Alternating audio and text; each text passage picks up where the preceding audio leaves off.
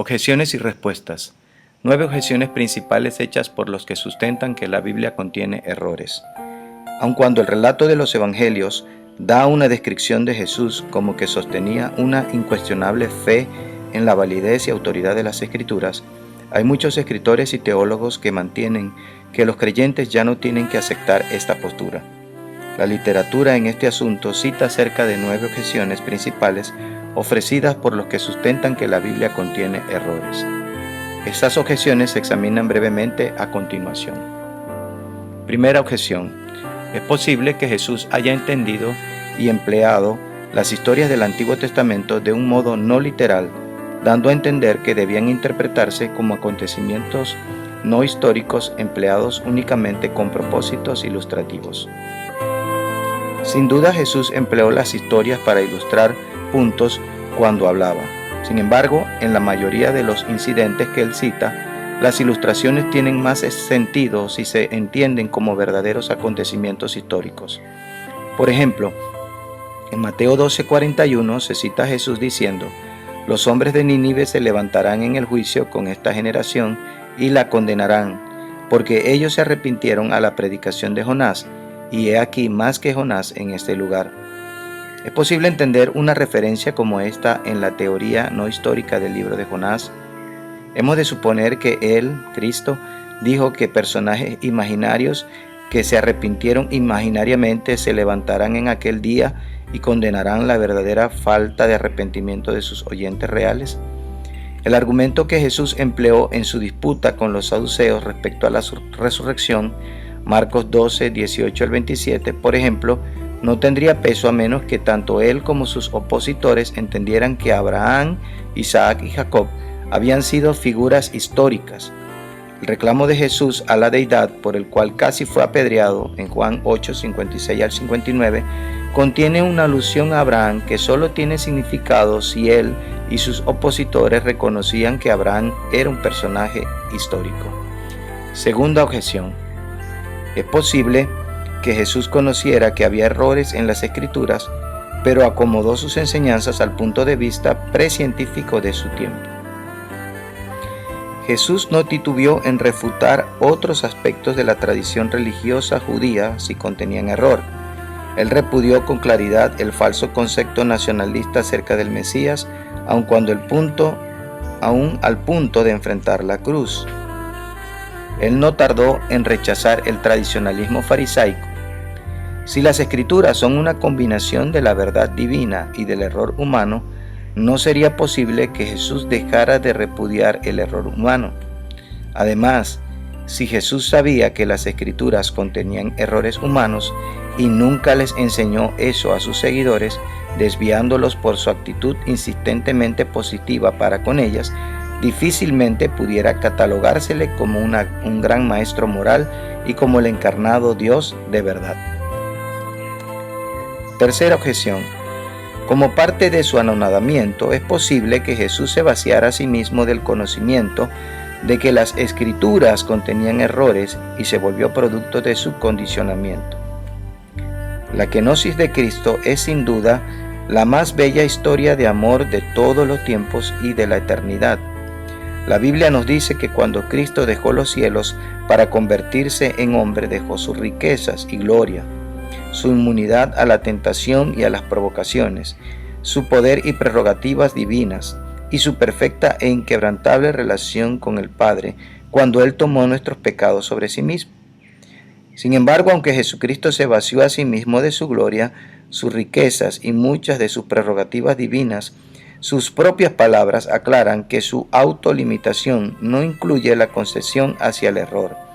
Jesús alegó poseer la completa verdad y autoridad para sus enseñanzas. Cuarta objeción. Los puntos de vista expresados por Cristo, incluso su punto de vista de las Escrituras, en realidad pertenecen a los escritores de los Evangelios y no al propio Jesucristo. Un modo conveniente de evadir esa evidencia es tratar de atribuir a los escritores de los Evangelios el punto de vista bíblico que los Evangelios atribuyen a Jesús. Como respuesta consideremos 2 puntos. La consecuencia lógica de negar la autenticidad de la doctrina de Jesús acerca de las Escrituras, que impregna todos nuestros canales de información acerca de Él, lleva al individuo al pesimismo total respecto a cualquier conocimiento histórico acerca de Jesús de Nazaret, un punto de vista completamente inaceptable sobre bases críticas. Y además es mucho más probable que la interpretación y el uso de las Escrituras por parte de Jesús condicionara la interpretación y el uso de los escritores y no a la inversa. La originalidad con la cual el Antiguo Testamento es interpretado con respecto a la persona y obra de Jesús es por demás coherente e impresionante para ser secundario. Es cierto que esa cuestión merece un trato más completo del que se trata de dar aquí. Quinta objeción. En vista de que la infalibilidad es reclamada para los autógrafos, manuscritos originales, y ninguno de esos existe, la infalibilidad es una cuestión académica. El trabajo cuidadoso de los escribas judíos en la transmisión del texto y el trabajo actual de los críticos textuales se combinan para darnos un texto que refleja con un alto grado de exactitud la fraseología de los originales. La gran mayoría de las lecturas variantes se refieren a detalles gramaticales que no afectan de manera significativa el sentido del texto. La cuestión de la autoridad y la veracidad de los textos bíblicos, como los tenemos hoy, debe decidirse sobre bases que no sean el hecho de que no poseemos los autógrafos. Sexta objeción. Se debiera reclamar la infalibilidad para los evangelios, pero no para toda la Biblia.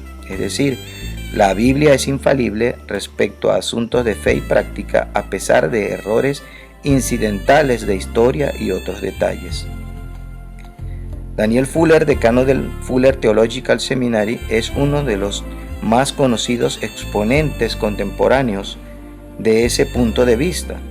Él cree que las escrituras pueden dividirse en 2 categorías: la revelacional, asuntos que hacen al hombre sabio para la salvación, y la no revelacional, que son asuntos que tienen que ver con la ciencia, la historia y la cultura, que facilitan la transmisión de lo revelacional. Fuller arguye que el propósito del autor bíblico fue comunicar la verdad acerca de asuntos espirituales, y por tanto no debiéramos reclamar libertad de errores en aquellas cuestiones simplemente incidentales al interés primario del autor. Aunque en 2 de Timoteo 3:15 se enseña que el principal propósito de las Escrituras es enseñar a los hombres la verdad espiritual, es seguro que ese versículo no era para emplearse como un escalpelo crítico a fin de hacer una separación entre lo que era infalible y lo que no lo era. El versículo 16 afirma que toda escritura es inspirada por Dios. Ningún profeta del Antiguo Testamento, ni Jesucristo, ni algún escritor del Antiguo Testamento da algún apoyo a la idea de que porciones de las escrituras tengan que ver con acontecimientos de espacio-tiempo que contengan errores. Si las escrituras tuvieron su origen en el hombre, entonces los condicionamientos culturales y el error humano serían factores reconocibles. Sin embargo, las escrituras afirman que nunca la profecía fue traída por voluntad humana, sino que los santos hombres de Dios hablaron siendo inspirados por el Espíritu Santo, 2 de Pedro 1:21, agregando a eso la enseñanza de Números 23:19, que dice: Dios no es hombre para que mienta. La conclusión parece inescapable de que ni Jesús ni las Escrituras hacen alguna distinción entre información reveladora y no reveladora. Séptima objeción. El asunto importante es tener un Cristo que salva y no tener una escritura infalible. Muchas personas prefieren no participar en controversias doctrinales o teológicas. Para ellos lo importante es una relación salvadora con Jesucristo, y ellos ni ven ni desean interesarse en la relación entre la cristología y otros asuntos. Aceptar cualquiera de las opciones conduce a una cristología extraña. Si Jesús sabía que la infalibilidad era falsa, pero la enseñó de todas maneras, Él era culpable de engaño y no podía ser una persona sin pecado. Por lo tanto, Él era incapaz de proveer una expiación sin pecado por nuestros pecados. Si la comprensión de Jesús de la verdad estaba limitada al punto de que Él enseñaba mentiras, entonces no tenemos la seguridad de que sus enseñanzas en otros asuntos, tales como la salvación, sean también falsas.